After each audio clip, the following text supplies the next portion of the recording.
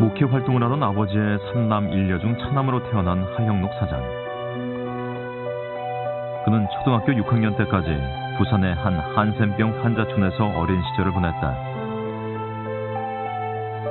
우리 집에서 나환자촌 있는 집에서 이제 버스정거장까지 걸어갈 때 중간에 조그마한 마을이 있었어요. 사실 그때는 길이 없어서 그 길을 꼭 지나가야 되는데 그 동네 애들이 우리한테 많이 놀렸죠. 그 논리도 그냥 말로 놀리는 게 아니고 문둥이라고 우리들한테 돌을 던졌어요. 가까워오지 말라고.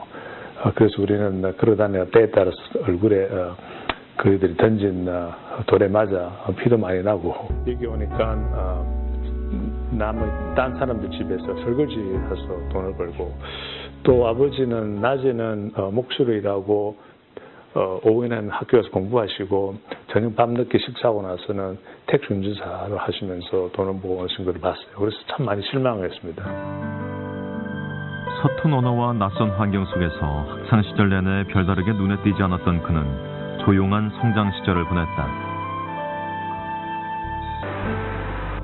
그때는 영어도 아직까지 짧고, 그래서 이제 딴 학문은 좀 그렇고 주로 이제 그 과학이나 엔지니어링이나 공학 이쪽으로 이제 신경을 썼죠. 그러다가 그때 목표는 지금하고 좀 많이 다릅니다. 그때 목표는 단순히 그냥 크게 성공하는 거, 그래서 남들로 하여금 인정받는 거, 높은 자리에 올라가는 거, 돈 많이 버는 거, 그게 제 그 목적이었습니다. 그래서 그로 통해서 내가 이렇게 자랑할 수 있고, 나 이거 했다. 젊은 나이에 아마 웬만한 사람들이 다 그런 생각을 하겠지만 저도 똑같이 그런 생각을 하고 달렸어요. 그러나 불행은 예고 없이 찾아왔다. 30살 무렵 바이러스로 인한 심장병 판정을 받고 심장박동 보조기에 의해 심장 기증자가 나타날 때까지 생사를 넘나드는 고통의 나날을 보냈다. 첫 번째 심장 이식 수술의 기쁨도 잠시.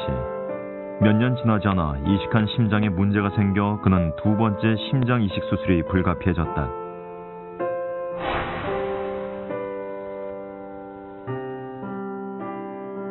그때는 어마어마한 충격이었죠. 그때는 내가 30살밖에 안 되는데 왜 이런 일이 나한테 생기고, 하르택도 아니고 완전히 이 심장 자체가 못 쓰게 돼버렸대요. 의사로 말로 하면 내가 살아날 수 있는 그것이 25%밖에 되잖아요. 그러면 예를 들어서 기다리다가 자기한테 맞는 심장이 나타나지 않아서 50% 병원에서 기다리다 죽고, 수술하고 난 뒤 수술한 사람 중에서 인펙션이나 어려움이 있어서 죽는 사람이 50%, 그 남은 사람은 25%예요.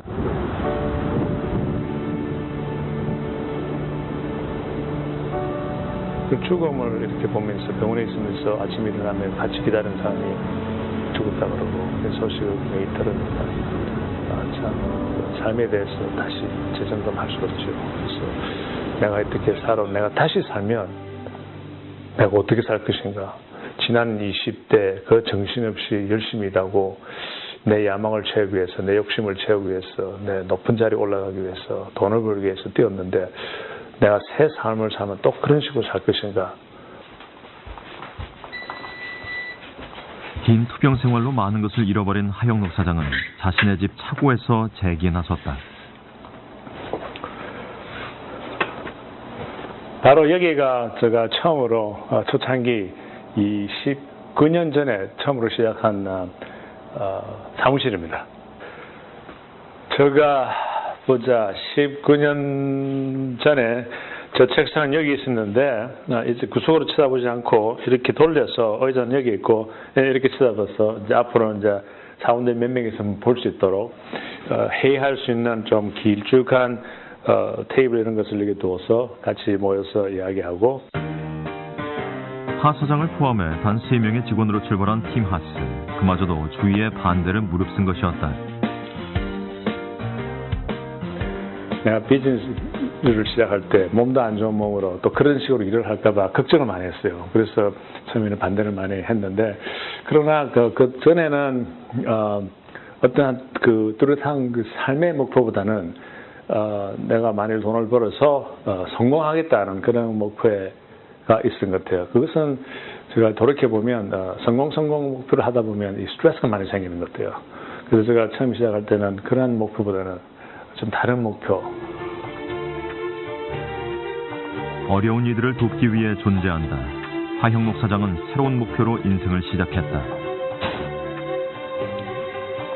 내가 새로 태어났으니까, 새로 삶을 찾았으니까 이 삶은 어떻게 참 멋있게, 좀 좋게 남한테 정말 그 인생의 참 그 인정을 받는 그러한 삶을 다시 한번 살아가고 생각해서 좀 다른 목표로 시작했습니다.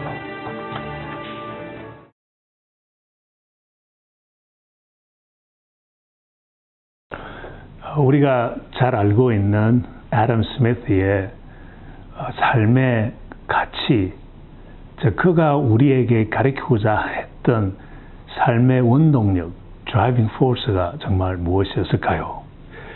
애덤 스미스는 자본주의의 경제 철학의 아버지라고 알려져 있습니다. Father of Economics of Capitalism. 그의 경제 철학인 Invisible Hand는 self-interest 바탕으로 이루어졌다고 경제학자들이 지금도 대학교에서 가르치고 있습니다. 그래서 우리는 이 원리가 자본주의, capitalism의 그 기초 바탕이고 원동력이라고 알고 있습니다. 이 원동력이 미국을 만들었고 나아가서 한국도 오늘날 선진국으로 만드는 거로 우리가 잘 알고 있습니다. 그런데 이것이 정말 애덤 스미스의 삶의 참 원동력이었을까요? 우리가 돌이켜보면 그렇지 않습니다. 그의 삶의 드라이빙 포스는 self-interest처럼 자기 것만 챙기는 사람이 아니고 사랑스러운 사람이 되라고 가르쳤습니다.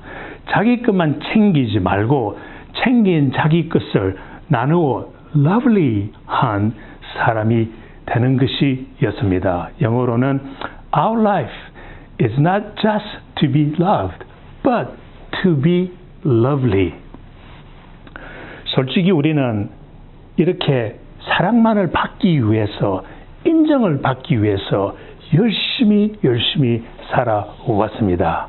그래서 한평생 젊을 때부터 지금까지 새로운 지식을 우리는 요구했으며 새로운 과학이, 새로운 어떠한 이벤트가 어떻게 나에게 영향을 미치고 어떻게 내가 새로운 시각과 생각에서 살아갈 수 있을까 우리는 많이 몰두해 왔습니다. 이것을 어떻게 하다 보니까 우리는 이 이익을 위해 우리는 노력하고 또 창조적으로 우리는 살아왔습니다. 모르는 사이에 이것이 self-interest가 우리의 driving force가 되었습니다. 예를 들어서 지금 현재 그 코로나 상태로서 많은 사람들이 힘들어도 하지만은 또 동시에 사람들이 이것으로 통해서 우리의 삶이, 우리의 시각이 어떻게 바뀔까 하는 생각도 많이들 하고 있습니다. 정말 우리는 앞으로 집에서 일할 수도 있겠네. 그러면 세상이, 사회가 어떻게 바뀔까? 이것을 내가 어떻게 이것을 통해서 이득을 챙길까 하는 생각까지 많이들 하고 있습니다. 그 다음에는 앞으로 벌써 시작은 했지만은 AI, Artificial Intelligence가 우리 사회를 완전히 지배할 때가 20년, 30년 아니면 10년 사이에 이제 이루어지게 될 것입니다. 여기에서 오는 영향, 우리가 학생들한테, 젊은이들한테 우리의 어떤 공부를 해도 어떤 생각으로, 어떤 시각으로 살아가야 되냐. 그래서 이것이 어떻게 우리의 드라이빙 포스가 되느냐고 자꾸 우리가 주장하고 강조를 합니다. 그 중에 하나는 앞으로 autonomous vehicle, 자율주행차가 이제 한 10년, 20년, 30년 이제 생기게 됩니다. 너무나 정말 익사이팅하죠. 자율 주행차가 이렇게 나오면 운전도 안 하고 내가 가고 싶은 곳을 잠을 자면서 책을 읽으면서 갈 수 있다는 것. 이것도 우리의 앞날에 어떻게 우리가 투자를 하든지 우리가 어떻게 사는지 우리가 생각하게 되는 것입니다. 예를 들어서 5,500년 전에는 처음으로 우리가 그 바퀴, wheels를 발견을 했습니다. 이 wheel가 발견할 때 우리 생애의 인간의 문명이 이제 바뀌기 시작했습니다.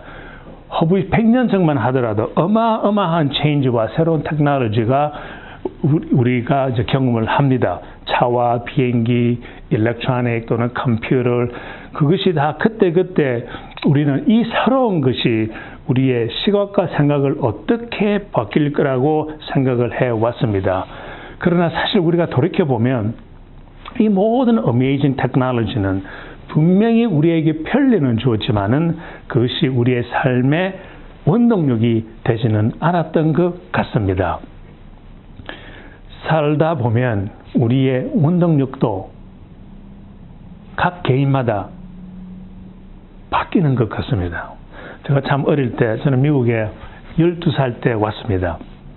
저는 한국에 살 때 한창 내가 어릴 때 듣던 음악은 그 인생은 나그네 길, 어디에서 왔다가 어디로 가는가. 어른들이 이런 노래를 참 좋아해요. 그래서 저는 어린 나이에, 젊은 나이에 아니 도대체 어른들은 왜 저렇게 확실하지 않는 그러한 그 삶의 생각을 드러나는 이러한 노래를 좋아하는지 저는 이해를 못했습니다. 그리고 20대, 30대, 40대에는 우리가 무엇에 우리가 몰두를 하게 되었습니까? 그때는 우리가 정말 이 애덤 스미스가 가르쳐 온 그 self-interest, 나의 그 생애를 위해서, 나의 self-interest 위해서, 그 개인의 이익을 위해서, 자신의 성공을 위해서 열심히 살았습니다. 그러다 보니 우리도 모르게 개인주의, 즉 나의 위주로 살았습니다. 노래도 나 중심의 노래를 우리가 좋아하게 됩니다. 예를 들어서 당신은 사랑받기 위해 태어난 사람, 이러한 것을 환상하면서 20대는 우리가 사회에서 씨를 뿌리는 시간 준비를 했었고 내 이익을, 내 미래의 출세를 위해서 30대는 뿌린 씨를 더 열심히 하기 위해서 물 주는 시대였고 40대, 50대에는 이제는 마음도 이제 바쁘기 시작하면서 열매를 거두려고 이제 이익을 챙기는 그런 생각에 우리는 몰두하면서 그것이 우리의 드라이빙 포스가 되었습니다. 저도 다른 점이 없습니다. 그런데 이제 2년 전 60을 생애를 맞이하면서 생각이 조금 다르게 졌습니다. 그때 제가 들은 노래가 하나 있는데, 배운 노래인데 처음으로 노사연의 바람이었습니다. 그것이 저에게 큰 영향을 또 주었습니다. 그 노래 가사 중에 하나는 나는 사막을 걷는다 해도 꽃길이라 생각할 것입니다. 우린 늙어가는 것이 아니라 조금씩 익어가는 것입니다. 너무나 멋있어요. 너무나 멋있어 가사를 더욱더욱 보면 내 손에 잡은 것이 많아서 손이 아픕니다. 등에 젊어진 삶의 무게가 온몸을 아프게 하고 매일매일 해결해야 할 일 때문에 내 시간도 없이 살다가 평생 바쁘게 걸어왔더니 다리도 아픕니다. 그걸 보면 정말 우리의 그 이익을 위해서, 우리의 self-interest를 위해서, 인정받기 위해서 너무나 열심히 뛰어온 것 같습니다. 그 가사가 계속 이어지는데 내가 힘들고 외로워질 때 내 얘기를 조금만 털어준다면 어느 날 갑자기 세월의 한복판에 덩그리 혼자 있진 않겠죠. 큰 것도 아니고 아주 작은 한마디 나를 안아준다면, 사랑한다는 그 말 해준다면 나는 사막을 걷는다 해도 꽃길이라 생각할 것입니다. 우린 늙어가는 것이 아니라 조금씩 익어가는 것입니다. 즉 정말 이렇게 lovely한 것을 이제 보여주는 그런 가사인 것을 저는 느끼게 되었습니다. 그렇게 보니까 애덤 스미스의 참 삶의 driving force는 not only to be loved, but to be lovely가 여기에서 어느 정도 담겨 있는 느낌을 받았습니다. 더 구체적으로 이야기하기 전에 일단 더 배경을 보면 우리가 추구하는 우리가 노력하고 열심히 내 이익을 위해서 내 이득을 위해서 뜨는 그게 보면 세 가지가 사실 나옵니다. 첫째, 인생이 원하는 그 세 가지 중에서 하나는 안전입니다. 우리는 이 안전을 위해서 열심히 일을 합니다. 그러면 이 안전을 위해서 할 때 또 세 가지가 필요합니다. 안전을 어떻게 우리가 도달하려고 그러면 첫째, 건강으로 안전을 우리가 받기를 원하고, 그 다음에 financial freedom, 돈으로 우리가 추구하고, 그 다음에 성공이 있고 돈이 있고 건강이 있으면 안전한 것이라고 우리는 생각을 합니다. 그래서 우리는 열심히 뛰고 좋은 대학, 좋은 직장, 좋은 위치에 몰두하려고 노력을 해왔습니다. 두 번째는 나는 안전보다는 나는 행복을 더 위해, 그것이 나의 드라이빙 포스다고 말하는 분들도 참 많습니다. 근데 이 행복을 위해서 우리는 어디에 초점을 맞춰서 뛰고 있습니까? 사실 결과는 안전하고 똑같습니다.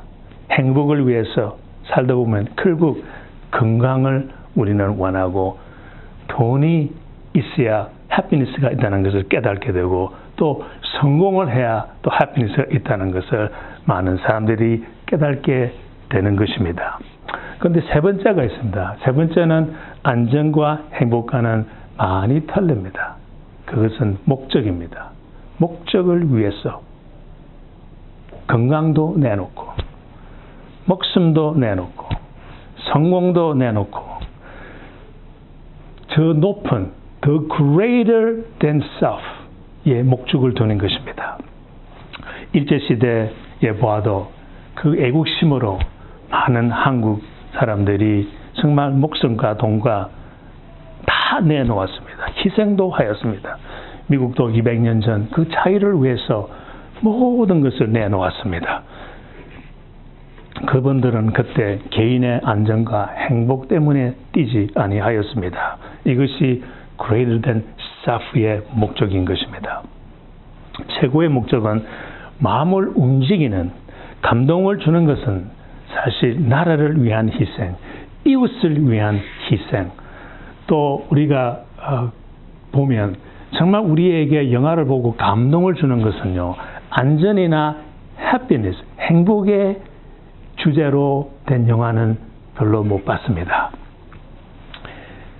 정말 그 가족을 위한 목적, 나라를 위해서, 이웃을 위한 그 희생, 가족을 위한 희생, 한국 영화 즉 태극기를 보아도 젊은 사람들이 좋아하는 미국의 슈퍼맨이나 배트맨이나 이런 영화를 보아도 나라와 인류를 위해 열심히 뛰는 그 드라이빙 포스가 우리에게 감동을 줍니다. 가족을 위한 희생에 있어서 가장 대표적인 영화는 제가 보기에는 국제시장 같습니다. 저는 국제시장을 한 3번이나 보았습니다. 처음에는 우리 식구들과 다 같이 갔는데 다들 너무나 많이 울었어요. 그때 보면서 나는 6.25 때 전쟁 때 우리 학도병으로 저희 아버님께서 대구 다부동 전쟁에서 싸우면서 고생했던 아버지를 생각하면서 이제는 돌아가셨는데 많이 눈물을 흘렸습니다. 또 두 번째 갈 때는 우리 교회에서 나이 들은 어른들을 모시고 갔습니다. 영화가 끝나고 나서 그분한테 물었습니다. 영화가 어땠습니까? 그랬더니 그들은 저는요, 그 여의도 광장에서 헤어진 가족 찾기 그 프로그램, 누구 이 사람을 모르시나요? 그때의 촬영에는 정말 많이 눈물을 흘렸다고 그럽니다. 그러면서 저는 그때 어머니께서 지금은 돌아가셨지만은 북한에서 6.25 때 배 타고 강원도로 아슬아슬하게 넘어오신 이야기를 생각하면서 저 눈물 또 흘렸습니다. 그리고 세 번째는 우리 교회 미국 분들이 여러분 계시는데 그분들이 6.25 때 참석하신 분들이에요. 그분들을 모시고 보고 나서 영화가 어땠냐 물었더니 그분들은 내가 이때까지 본 영화가 참 많은데 이 영화보다 좋은 영화는 못 봤다 할 정도로 그분들도 감동을 했습니다. 저로서는 그 마지막 장면에 제일 많이 눈물을 흘린 것 같습니다. 주인공 되시는 이제는 할아버지 된 그 덕수가 한 말이 기억이 납니다.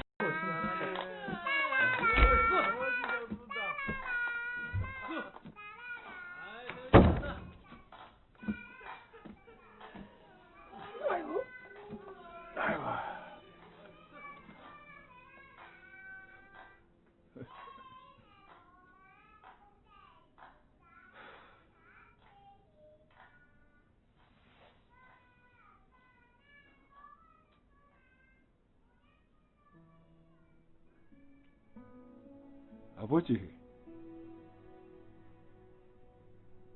내 약속 잘 지켰지. 막스이도 찾았고, 이만하면 내 잘 살았지.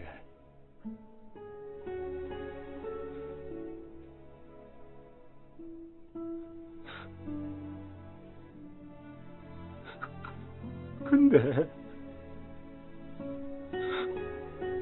내 진짜 힘들었거든요.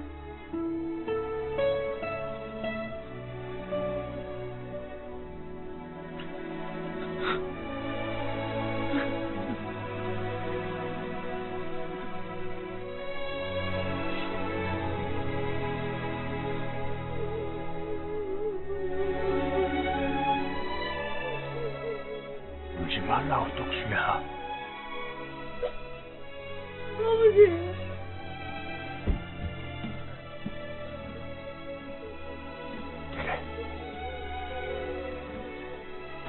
네 얼마나 시게 고생했는지 다 안다. 내가 너한테 영 고맙다. 내 못한 거 네가 잘 해줘서 진짜 고맙다. 아버지. 아버지가 되게 보고 싶었습니다.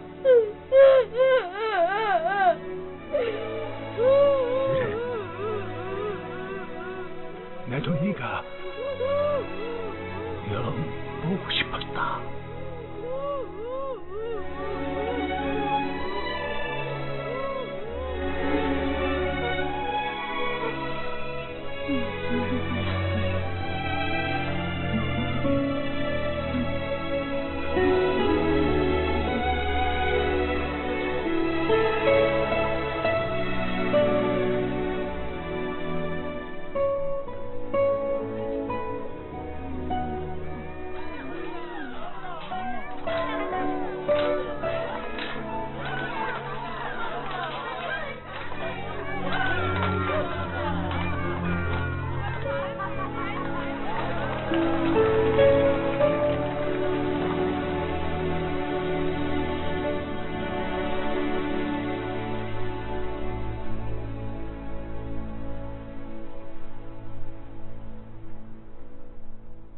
자기가 자녀들하고 같이 이제 식사를 한 방에서 하면서 즐거운 시간을 보내면서 자기는 아버지가 생각났는지 혼자 자기 옆방으로 가서 벽에 걸려있는 아버지의 초상화의 그림을 보면서 그 주인공 덕수는 이렇게 말을 합니다. 아버지, 내 약속 잘 지켰지. 낙순이도 찾았고 잃었던 여동생을 찾았고 이만하면 잘 살았지.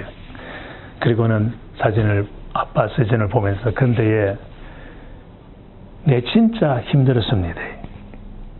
정말 눈물이 확 났습니다. 저 부모님들의 생각, 또 물론 여러분도 많은 그런 경험을 했겠지만은 그 영화가 우리에게 큰 감동을 준 것은 딱 하나입니다. 우리의 마음을 녹이고 눈물을 주고 하나가 되게 해준 것은 단 하나입니다. 덕수는 한평생을 살면서 자기 이름을 내지 않았기 때문에 우리를 감동을 받았던 것입니다. 가족을 위해 한평생 희생한 것이었습니다. 그의 삶의 운동력, 드라이빙 포스는 바로 가족을 위해 희생이었습니다. 잃어버린 동생 찾는 것이었고 잃어버린 아버지가 돌아올 때까지 기다리는 것이었고 동생 대학 학비를 위해 가족의 생애를 위해 베트남 전쟁터에 뛰어가는 희생의 정신이었습니다. 이 정신이, 이 드라이빙 포스가 그의 생애를 보는 시각을 만들어 주었습니다. 그의 드라이빙 포스가 온 한국을 울리게 하고 삶의 참 원동력이 무엇인지 보여주었습니다. 아쉬운 것은 우리 삶을 되돌아보면 우리가 아무리 노력을 해도 우리 삶에 우리가 원하는 것보다 원하지 않는 일이 더 많이 생기는 것 같습니다. 개인의 이득을 챙기다 보니 그렇게 되는 것 같습니다. 예를 들어 처음에 결혼을 하여 아기가 태어날 때 그 감사 기쁨이 어느새 아픔으로 걱정으로 돌아가고 결혼의 행복과 기대감도 얼마 가지 못해 아픔으로 서로 상처를 주고 새로운 회사의 그 신입의 기대감이 어느새 실망으로 돌아가고 새 친구와의 우정은 배신으로 되고 하나님과의 첫사랑의 뜨거움이 어느새 다 식어가고 이것이 인간의 또 삶인 것 같습니다. 여러분들도 힘드시겠지만 저도 또 전 남대로 어려움이 참 많았습니다. 아픔이 많았습니다. 저는 12살까지 한국에서 살고 그때 어디에서 살았는가 하면 남원저촌에서 살았습니다. 아버님께서 거기에서 선교사로 계셨기 때문에 저는 거기 태어나서 거기에서 있다가 12살에 이제 미국에 왔는데 또 미국에 도착하니까 잘 이제 살겠다고 생각했는데 1969년도에 미국에는 인종차별이 참 심했습니다. 그것을 다 참고 견뎌야만 했습니다. 부유한 가정에서 태어나지 못해 저는 13살 때부터 노동, 청소부, 페인트 칠하면서 저는 열심히 살았습니다. 그때 자랄 때는 부끄러움이 많아서 고등학교 졸업할 때까지 데이트 한번 못 해봤고 25살 때부터 저는 이 흰머리가 나서 젊은 꼬마들이 저한테 아저씨라고 부를 정도였습니다.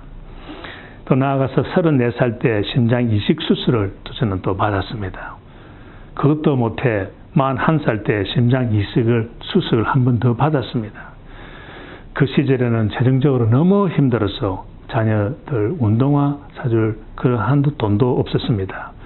23년 전에는 여동생을 위암으로 잃었습니다. 6년 반 전에는 형을 만성 우울증 편집증으로 또 잃었습니다. 저의 기름도 순탄한 것이 아니었습니다. 세상이 두려웠고 하나님의 존재가 정말 있는지 질문할 때도 참 많았습니다. 내가 이때까지 정말 내 이익을 위해서, 내 이득을 위해서, 내 인정을 받기 위해서 정말 객관적으로 살아온 나의 삶에 이제 서서히 한계를 느끼기 시작했습니다. 정말 안정과 행복을 위해 뛰는 것이 인생의 다인가? 라는 질문을 시작하게 되었습니다. 그리고 참 놀라운 것을 발견하였습니다. 아시다시피 성공, 안정, 행복을 가능하게 해주는 사회가 바로 민주주의적 캐피털리즘이라고 우리는 잘 알고 있습니다. 놀라운 것은 우리가 배운 캐피털리즘의 드라이빙 포스가 잘못되어 우리가 알고 있다는 것입니다. 우리는 이렇게 배웠습니다. 캐피털리즘은 아담 스미스의 경제 철학에서 인간은 자신의 이익을 챙기는 존재이다. 그 self-interest를 동기로 삼아, 즉 driving force를 삼아 추진하면 잘 살 수 있다. 즉 capitalism은 이 가능한 것은 개인의 self-interest를 허락하는 조건 안에 있다는 것을 우리는 배워왔습니다. 그래서 개인의 욕구를 우리가 챙기고 개인의 욕심을 원함을 챙기고 개인의 이익, 개인의 취미 또 내가 원하는 프로페셔널을 강조해 왔습니다. 회사는 profit, 즉 profit을 강조해 왔고 즉 애덤 스미스가 가리키는 그 invisible hand이라는 것은 self-interest를 추구할 때 자연히 이루어진다고 대학교에서 또 경제학에서 우리들 배워왔습니다.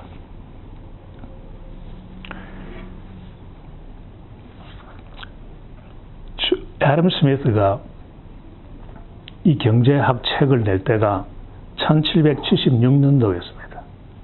그때가 언젠가 하면 조지 워싱턴이 독립선언을 할 때였습니다. 같은 해입니다. 그 1760에 애덤 스미스가 Wealth of Nation이라는 책을 발간을 하면서 여기에 아까 이야기한 즉 self-interest와 competition이 합치면 이것이 invisible hand로서 우리가 이 capitalism 안에서 우리가 잘 살 수 있다는 것을 이제 강조하기 시작했습니다. 그 책을 지금까지 우리 대학에서 가르치고 있는데 다시 우리가 잘 살펴보면 1776년 그 책이 나오기 20년 전 1759년 정도에 애덤 스미스는 삶의 철학, 이 모든 삶의 바탕이 되는 기본이 되는 드라이빙 포스를 그는 그 책을 발간을 했습니다. 그 책의 이름은 Theory of Moral Sentiment입니다. 여기에서 말하는 것은 invisible hand이라는 것은 self-interest와 그 competition만 강조하는 것이 아니라 따뜻한 손을 그는 강조를 했습니다. 개인의 욕구만, 이기적인 것만 챙기는 손이 아니라 이웃을 사랑을 베푸는 것이었습니다. 그의 드라이빙 포스는 others culture, 이웃을 위한 문화가 이 자본주의에서 일어나야 된다는 그 철학적인 것을 강조를 하였습니다. 그래서 그 책의 핵심은 이렇습니다. Man naturally desires not only to be loved, but to be lovely, or to be that which is the natural and proper object of love. 그는 사회에 사랑을 요구하는 그런 사랑을 주는 문화를 만들으라고 가르쳤습니다. 그런데 경제학자들은 어떻게 우리한테 가르쳤는가 하면 사랑을 베푸는 것은 굉장히 subjective하니까 대학에서 가르치기 쉬운 것은 objective 해야 되니까 하나의 그 self-interest와 그 competition, 그 supply and demand로 하여서 굉장히 objective 하는 그런 학문적으로 하면 reason이 되니까 그렇게 우리한테 가르쳐 왔습니다. 거꾸로 저의 삶의 그 객관적인 그 objective하게 내 생애, 내 이익을 위해서 살아왔던 그런 생각이 이제는 주관적으로 이제 바뀌게 되었습니다. 그 이야기를 하기 전에 일단 저의 소개를 좀 더 해보겠습니다. 아까 이야기한 대로 저는 부산 용호동 있는 나완저촌에서 12년 동안 저는 살았습니다. 그리고 이제 그다음 이 사진에는 우리 가족 사진이고 오른쪽 밑에 있는 그 그림은 제가 이제 27년쯤 됐나요? 그때 심장 이식 수술을 병원에 살 때 병원에서 찍은 사진입니다. 그때의 이제 삶의 시각과 드라이빙 포스가 이제 서서히 바뀌기 시작하였습니다. 그때 제가 어떤 결론을 했는가 하면 나는 사랑의 문화를 이 사회에 주기 위해서는 애덤 스미스가 강조한 것을 따라가려면 새로운 회사를 차려야 된다. 그래서 우리 회사 건축 설계 회사를 차리기로 마음을 그때 먹었습니다. 그리고는 썼습니다. 우리 회사의 사명, 미션 스테이트먼트는 We exist to help those who are in need. 어려운 사람을 도와주는 그러한 목적으로 우리는 회사를 운영하자라고 했습니다. 그래서 지금 현재는 그 회사를 26년 동안 하고 있고 제가 현재 많은 시간을 투자하는 것은 저 회사 팀 하스라는 그 설계 회사와 그 다음에 NIBS는 제가 한 7, 8년 전에 미국 대통령의 임명을 받고 US 세너터에서 컨펌을 받아서 여기에서 이사로 지금 일을 하고 있습니다. 그리고는 또 딴 그 오르가니제이션에서는 예를 들어서 갈브리 비전 철치와 또 아인슈타인 하스피털, 그다음에 세필 재단 등에서는 이사로 섬기고 있습니다. 27년 동안 우리 회사에서 한 사진이 그 다음 슬라이드에 이렇게 나타나와 있는데 저런 빌딩을 우리가 지난 27년 동안 한 1000개 정도 해왔습니다. 그리고 이제 그 다음 슬라이드는 뭔가 하면 제가 처음으로 이제 한국에 큰 프로젝트를 하나 했는데 저거는 한국 경주의 그 블루원 리조트에 있는 건물인데 그 건물 안에 주차 빌딩도 들어가고 웨딩홀도 들어가고 인류 식당, 루프탑하고 어린애들이 놀 수 있는 그런 장소까지 마련하는 그런 건물을 또 설계를 했습니다. 혹시 경주에 가실 일이 계시면 그곳에 가서 한번 여행 중에 방문해 주시기를 바랍니다. 그때까지 제가 일을 하면서 이렇게 이식 수술 전에는 어느 정도 저는 안정과 행복에 어떻게 보면 저는 도달을 했습니다. 근데 이러한 수술과 또 애덤 스미스의 그 삶의 가치를 생각할 때 저도 이제 서서히 저의 그 드라이빙 포스, 삶의 드라이빙 포스가 예전하고는 달라지기 시작했습니다.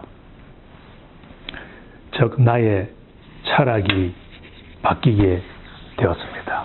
그때까지만 해도 저의 인생 철학은 참 간단했습니다. 무엇인가 하면 엘리베이터 이야기를 하면 어느 정도 이해가 되시겠는데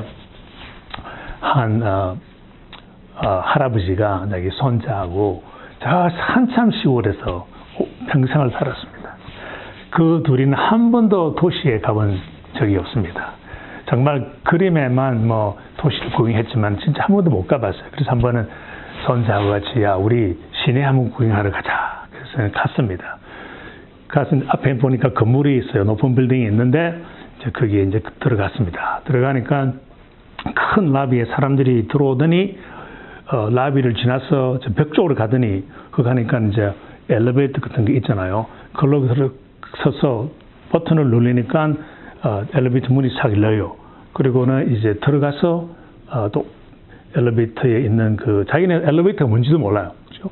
1번에서 2번, 3번, 4번 갔다도 쭉 내려오고. 그러고 보니까 저기에 들어가는 것보다 그리고 들어가려고 가까이 갔는데 마치 그때 한참 허리가 꼬부러진 할머니가 오면서 그 속에 먼저 들어가는 거예요. 그래서 이제 쳐다만 보고 있는데 문이 싹 닫히고는 엘리베이터가 1에서 2, 3, 4, 5 다시 쭉 내려와요. 그리고 엘리베이터 문이 싹 열립니다. 열리는데 이 할아버지하고 손자가 놀랐습니다. 나오는 사람이 정말로 아름다운 이 여인이 걸어 나오는 것입니다. 그것을 보고 할아버지가 놀라면서 손자한테 이렇게 이야기합니다. 빨리 가서 할머니 데리고 와. 우리의 인생 철학이 그런 것 같습니다. 어릴 때, 젊을 때. 또 부모님이 우리한테 시킨 것은 애야, 너 좋은 대학교만 들어가서 나오면 성공해. 좋은 직장만 가지면 너 성공해. 좋은 부인, 좋은 남편만 만나면 성공해. 이렇게 우리는 자라왔고 온 사회가 그렇게 이끌어 나갔고 그렇게 우리는 내 것을 챙기는 그렇게 살았고 저도 다르지 않게 그런 생각으로 살았습니다. 그러나 이제는 인생 철학이 이제 바뀌었습니다. 목적이 바뀌었습니다. 나의 개인의 그 self-interest만이 아니라 애덤 스미스의 본 invisible hand, 즉 따뜻한 손, 즉 이웃을 사랑하는 것이었습니다. 열심히 벌어서 나누고 위하고 격려함으로써 not just to be loved, but to be lovely. 사랑만 받는 것이 아니고 이웃을 위함으로 사랑스러움이 되어야 된다는 것입니다. 저는 병원에 심장 이식 수술을 위해서 5개월 동안 기다렸습니다. 그때 제가 배운 것은 성경의 그 핵심이 바로 이것과 똑같았습니다. 성경의 핵심이 이웃을 너 몸과 같이 사랑하라 였습니다. 그리고 이제 병원에 나와서 이제 새 출발, 새 시각, 새로운 원동력으로 회사를 시작하면서 내가 그럼 어떻게 회사를 시작하고 어떠한 삶으로 살아야지 정말 러블리할까? 그 중에 하나는 저는 이렇게 삶의 모토를 정했습니다. 비즈니스 할 때 예를 들어서 내가 만일 비즈니스 할 때 Your business is our life 이러한 모토를 두고 열심히 뛰면 정말 되겠습니까? 안 되겠습니까? 사실 됩니다. 사실 이것이 MBA 코스를 택해도 이것을 가르칩니다. 어떻게 해서 너가 맺은 컨트랙트 이 비즈니스를 최선을 다해서 열심히 잘해 주는 거에 대해서 가르칩니다. 그래서 최고의 이익을 만들어라 가르치는데 이 원동력이 그 이웃 문화를 생각하다 보니까 이제 달리 생각하게 되었습니다. 저는 어떻게 생각했는가 하면 그 단어 비즈니스하고 라이프를 살짝 바꾸었습니다. 그래서 Your business is our life가 아니고 Your life is our business.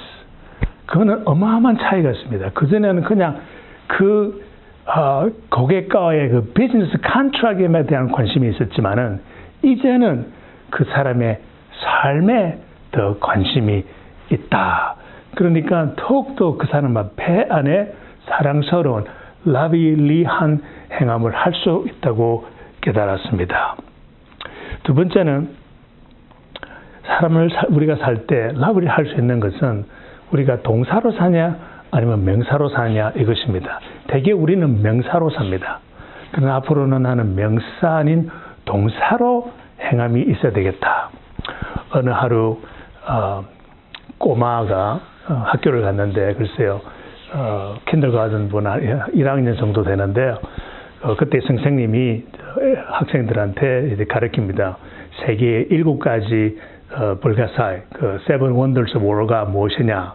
그래서 쪽지를 나눠주면서 애들이 하나씩 자기가 생각하는 Seven Wonders of the World을 썼습니다. 다 굳어가지고 선생님이 이제 하나씩 보니까 되게 우리가 잘 아는 뭐 피라미드나 콜로세움이나 뭐 나이아가라 폴이나 타지모하 아니면 만리장성 등등 이런 것이 이렇게 나왔습니다. 그런데 보니까 한 소녀가 자기가 쓴 쪽지를 지출 안 하고 혼자만 들고 있어요. 그래서 선생님이 다가가서 너가 쓴 7가지의 불가사의는 무엇이냐 하니까 소녀가 그 쪽지를 선생님한테 줍니다. 선생님은 그걸 딱 보더니 감동을 했습니다. 감탄을 했습니다. 아, 이 학생은 참 아름다운 사랑스러운 삶을 사고 정말 남들이 애끼주는 그런 승리와 성공을 하겠구나. 도대체 뭐라고 썼을까요? 그는 거기에다가 이렇게 썼습니다. 내 생각에는 세계의 7가지의 불가사의 Seven Wonders 모르는 첫째, 만지는 거, 보는 거, 먹는 거, 사랑하는 거, 듣는 거, 뛰는 거 그렇게 했었습니다. 차이는 무엇입니까? 그 딴 애들이 쓴 것은 장소들이었죠. 그 장소는 전부 다 명사로 표현을 합니다. 하지만 이 소녀는 자기가 중요하다고 생각하는 삶은 원동력은 동사였습니다. 동사는 그때 우리에게 러블리 할 수 있는 행함을 해줄 수가 있습니다. 하지만 명사는 그렇게 하기가 힘듭니다. 예를 들어서 어느 한 소녀가 학생이 너 커서 뭐 될래? 그럴 때 나는 의사가 되고 싶습니다. 하는 것보다 우리가 가르칠 때 의사가 하는 것이 무엇인데 의사가 하는 것은 사람을 희유하는 것이다. 낫게 해주는 것입니다. 그럴 때 이제 한 학생이 너 커서 뭐 될래? 나는 커서 사람을 낫게 해주고 싶습니다. 얼마나 듣기 좋습니까? 동시에 나는 사람을 낫게 해주고 싶다는 그러한 학생은 초등학교나 대학교나 또는 고등학교 의사가 되기 전에도 그렇게 사람을 힐링할 수 있는 마음과 자세와 행함이 있을 수가 있지만은 나는 언젠가 의사가 되겠습니다고 대답한 사람은 자기가 의사가 될 때까지는 그 자격증이 딸 때까지는 내가 사람을 희유할 수 없다는 생각도 있기 때문에 그 두 사람의 삶의 그 태도와 원동력은 완전히 다른 것입니다. 음악가가 되려면 나는 커서 음악가가 되겠다고 하지 아니하고 음악가가 하는 것이 뭡니까? 사람한테 감동을 주는 것입니다. 너 커서 뭐 될래? 나 커서 유명한 음악가 될 거야 하는 거와 나는 감동을 주는 사람이 되겠습니다. 감동을 주겠다는 사람, 학생은, 어린이는 언제든지 사람들한테 감동을 줄 수가 있는 것입니다. 그래서 정말로 중요한 것은 우리 원동력이 명사보다는 동사가 되겠다고. 그래 참 놀라운 것은요. 이렇게 미국 사회를 오랫동안 살면서 관찰을 해보니까 큰 회사들은 다 그들의 그 핵심을 명사가 아니고 동사로 표현해요. 예를 들어서 나이키는 just do it. 무조건 해. 챔피언이 되기 전에도 무조건 해. 그 다음에 애플은 너가 뭐 유명한 것을 대단한 것을 발견하기 전에 항상 다르게 생각해. 항상 다르게 생각하면 그것을 이룰 거야. 그때 다르게 생각해. 나이키는 그때 just do it. 기다리지 말고 하라. 포드는 무조건 우리는 터프하게 진짜 build하자 이런 거였습니다. 노키아는 그의 동사는 connect with people. 국어가 정말 멋있어요. 국어는 don't be evil. 얼마나 멋있습니까? don't는 사실에 그것도 동사입니다. 동사지 않습니까? 이렇게 하지 말라.